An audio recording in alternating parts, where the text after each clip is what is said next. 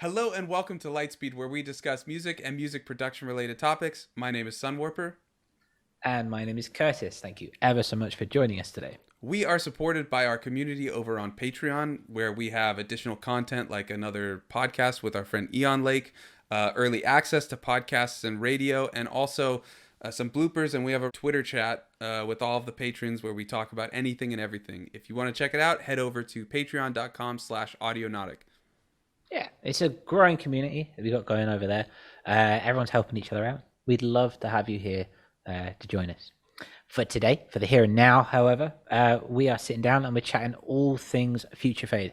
Sunwarper has just finished his year-long ambient journey, and it's set to be released on December the 8th of December for the English people. And we just want to find out some stuff. It's been a year of exploration.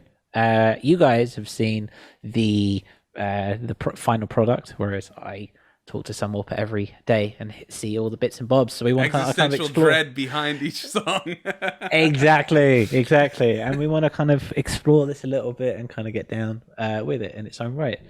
What do you say? All right? Yeah, man, I'm stoked to talk about it. But before we do, I just want to mention I have noticed that new piece of kit right behind your left arm, and it matches this guy right here. To an extent. To an extent. This is the monologue, not the mini log. But I'm having a lot of fun with it. I'm having a lot of fun. And it's not, another piece of hardware in it. Can't go wrong less with reliant hardware, on the right? box. Exactly. I mean, gear lust is there for a reason, right? Yeah. And so yeah, it's cute. I've been really, really busy the past couple of weeks. I've only had it for like a week. I've been really busy, so I haven't had much time to play with it. But from what I have explored, it is rather spectacular. And are you mixing it with the Ultra Nova? Getting some jams going or something? Yeah, so this is becoming a bit of a bass machine. Nice. Yeah, that's the a good basses one on it for are really and then so I've got the basses on here.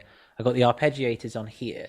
Ooh. I've got the guitar, obviously. Yes. And then I still need a pad. I still need a nice thick pad synth. I'm gonna have to buy some more gear. It's such a shame. I know. So I'll have to say. The ASM, man, the Hydra. That's a pad beast. I'm thinking about it. It's gonna have to wait until I upgrade the computer. Yeah. But I think that's where it's gonna be. It's gonna be. Cool, man. We'll get there. It's exciting. I love seeing the DAWless setups coming into play, or at least semi-DAWless. I know. Well, we had a good chat on Starstream, didn't we, with Howard about DAWless, and when I've got, I know you're dang into it. You're always putting them on YouTube, aren't you? Yeah, weekly. I'm trying to do a circuit jam every week, and then I just ordered the SP404 Mark II, that new one. So whenever that comes, I'll be unstoppable. Like I can't wait to have that thing because I can put samples in it or like long form tracks, and then use the circuit to just play around it. It's gonna be really cool. Yeah, and so I mean, I'm kind of heading towards a similar idea. I'm not going to go DAWless, I don't think. I just kind of enjoy because I want to then. I mean, my official releases, I don't think. I mean, I say this now, but I don't think we'll ever go DAWless. But like Future Fade, one of the things it taught me, which I'm sure we'll get into, is simplicity can equal complexity. Well, let's take that as a lovely segue, shall we? We are good at those, aren't we? Oh, we're getting better. We're getting much better at this. So yeah, let's talk about Future Fade because it's been a year-long ambient journey. I think it was this time last year that you kind of came to me and went, "This is what I'm going to do." Yeah, and I went, cool. I had the seeds of it I had the song Misformation, which I wrote I think the day after we moved, which we moved October 30th, and then really I got my computer set up I think early November. And I had I wasn't in this shed, like that wasn't until later, but all I had was my MIDI keyboard and the computer, and I made this pad in Reason, and I just was like, I'm just going to express how stressed I feel right now and just get it out, and it turned out to not sound stressed. It's Misformation, which is what is the last track of the album, but was the first track released. And once I wrote that one, I was like, I kind of like this idea of maybe just seeing what each month what will be conveyed, what emotions do I feel, and how can I get that into music. That's cool. And I mean, it's a very good thing. I mean, both from like a sonic perspective, as in the beginning is very different towards the end, and you explore lots of textures, but also, a whole sense of discipline and workflow, etc., so that kind of thing. So yeah, The CD itself is out, like we say, on the 8th of December. Just a quick plug. Yeah, here's the CD. Oh. Lovely artwork by my friend Curtis. And you may notice that there's not 12 tracks on this, there's 24. So I wrote a lot more than 12 tracks. And most of them were like guitar based and things like that, or a lot darker than what I found Future Fade was starting to convey. And so they're bonus tracks, and then they're going to release in January on what I call a companion album, which is Reminiscent Remnants.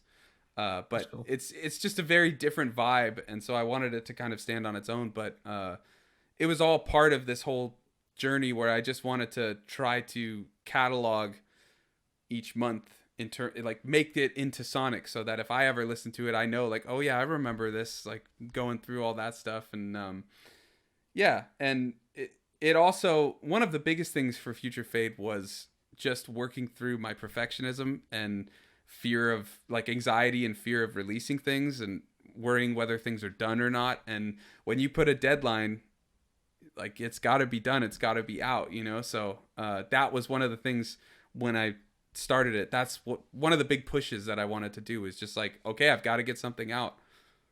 That's cool, you know. And I mean, so getting it out, would you say that's the biggest challenge, was sticking to that deadline and getting through that perfectionism?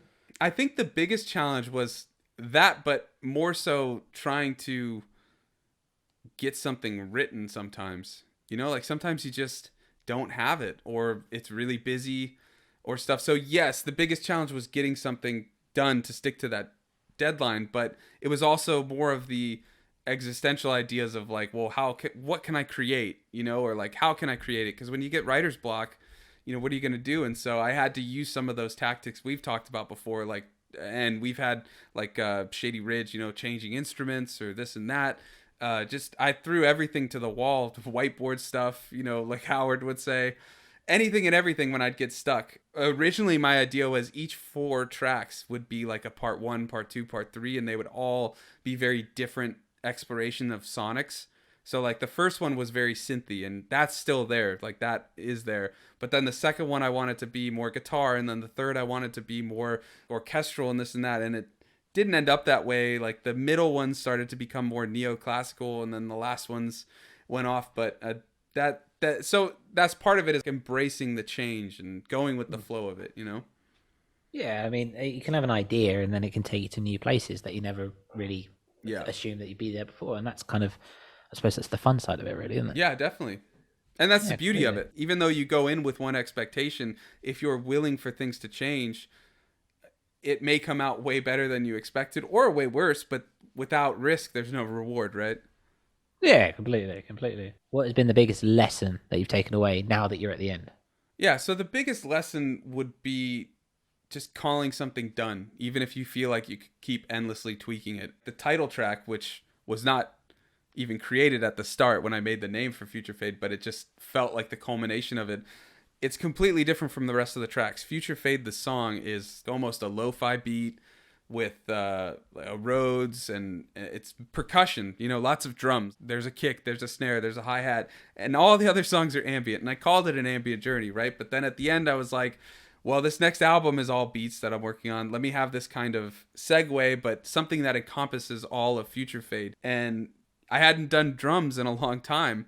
And so I kept endlessly trying to tweak where the kick was sitting in the mix, where the snare was, and like how much high frequencies there was in the snare. And, you know, you could just get lost in that for ages. And I was like, I'd make one tweak, bounce it, listen to it in the car, and be like, okay, I need to change this, and this. And one thing you find is when you make one small change, it changes the sound of other things. If you lower the kick, now the bass is more prominent because they're not clashing or something. Whatever you do, it's going to cause other repercussions that may not be intended. And so one of the great things about having a community of people to talk with and stuff, like I sent it to you, I sent it to Howard, Eon Lake, and I was just like, hey, can you just give me some external objective impressions on this, because I'm completely lost in just endless tweaking. And they were like, yeah, it's good, you could do this or this, but it is a delicate balance, maybe just leave it. And so I had to come to the decision, like, yep, it's done. And then, you know, I listened to it now, because I wrote that song earlier because we needed all the songs done for the CD. You listen to it now and you're like, there's no problems. You know, it's just when you're in the thick of it and that perfectionist is just raging and wants you to make all these changes, you have to learn to just shut that down and be like, nope, I'm making the executive decision. It's done. It's good. And nothing's perfect. Like if you listen to stuff on the radio, if you listen intently, you'll hear, guitar squeaks from moving the strings or off time things or imperfections in the voice. And that's what gives it the beauty and the human aspect. And you don't want to get rid of all of that. Yeah, completely. And you get so close to it that it stops Exactly. being fun. Definitely, You've yeah. got to And step away. that's no way to do it. We do this for fun and because we love it. And if you're just getting in this scientific, I'm going to measure all these parts and do this and that, unless you like that. But even then, you can just get caught in it and keep making changes. Nothing will ever be perfect. And there's no such thing as perfection. It's something we aim towards. I like to think, make something impeccable, not perfect. Something you can be like, this sounds good. I'm happy with everything. Like, I'm not hearing any glaring issues like, oh, the bass is 10 dB too loud or something, or the hi-hat just takes over everything. Like, you get it to where you're happy, and then you call it a day and take those lessons and do it on the next one, and then do those lessons on the next one, and you'll just constantly learn. Like our label mate Sound Phaser says, a lifelong learner. So obviously, everyone on social media sees the polished, finished, the live videos you've been doing. They see the artwork that's been made, and they see the content that you've been creating. I sit on the other side of it, and I see you week in, week out, and you tell me all about your existential dread, about how everything's going down, and then and it's all fine, it's all good, and so. There's two sides to this story. Like you say, you've got you conquering your demons, and you've got kind of getting over what you want to do. And then you've got the lessons you take from it, and then you've obviously got everything you reap or are hoping to reap from it. We haven't released it yet when at the time of recording. Question is, would you do it again? Yeah, that's a tough call. I mean, I really liked I guess you would say the internal aspect of writing something each month, calling it done, truly expressing yourself in that moment and making an archive of it, like a catalog of it.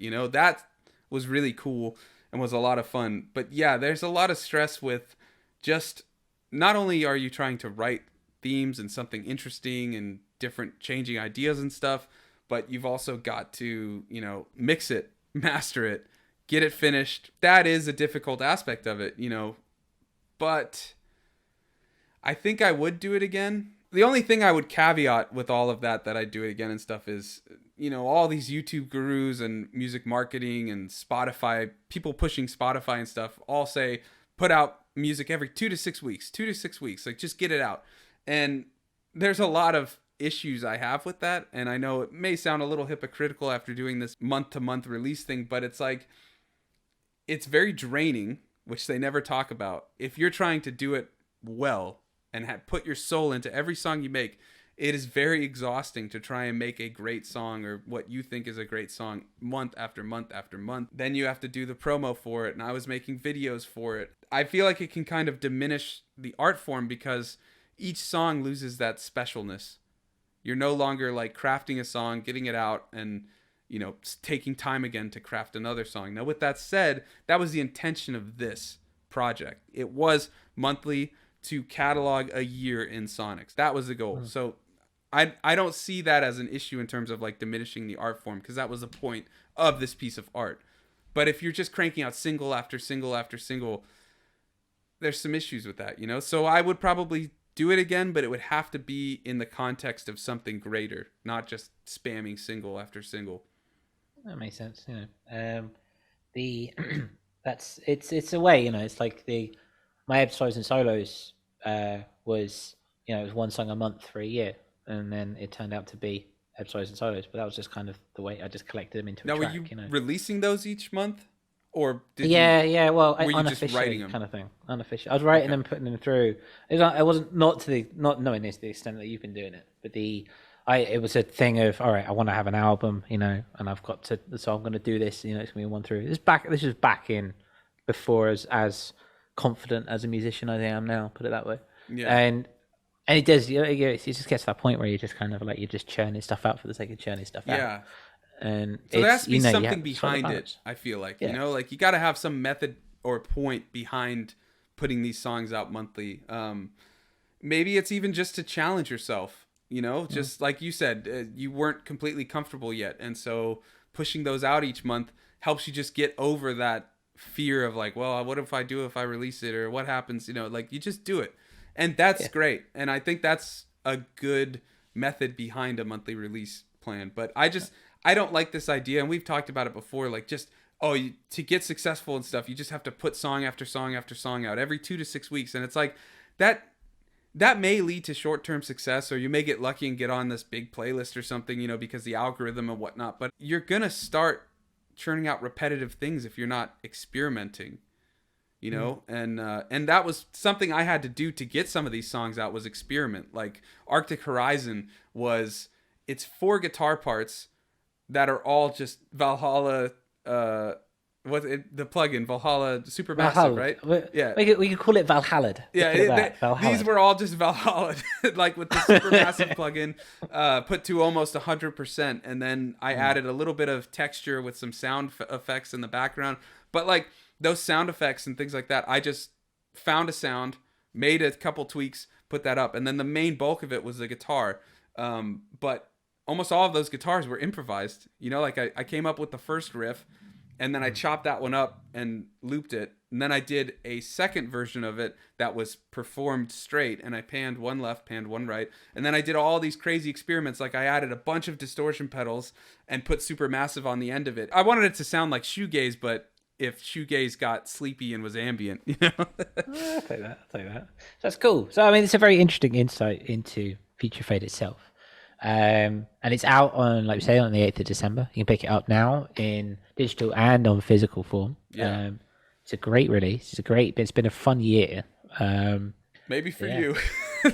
No, I'm kidding. I loved every moment of it. It was just, like life gets in the way sometimes, and you've got these deadlines and it's stressful, but I feel like I've grown a lot as an artist, and in terms of dealing with getting things out and calling things done, Yeah, I get you. That makes sense, totally. And it's a great place to see. So, yeah. So, I mean, what about you guys at home? I mean, have you ever thought about doing something similar along the same lines or anything like that? Let us know. We'd love to hear from you. Thank you ever so much for joining in. If you liked what you see, don't forget to tell your friends. The more the merrier. We like to always be a part of it. And we'll see you next time. Yeah. Thanks for listening.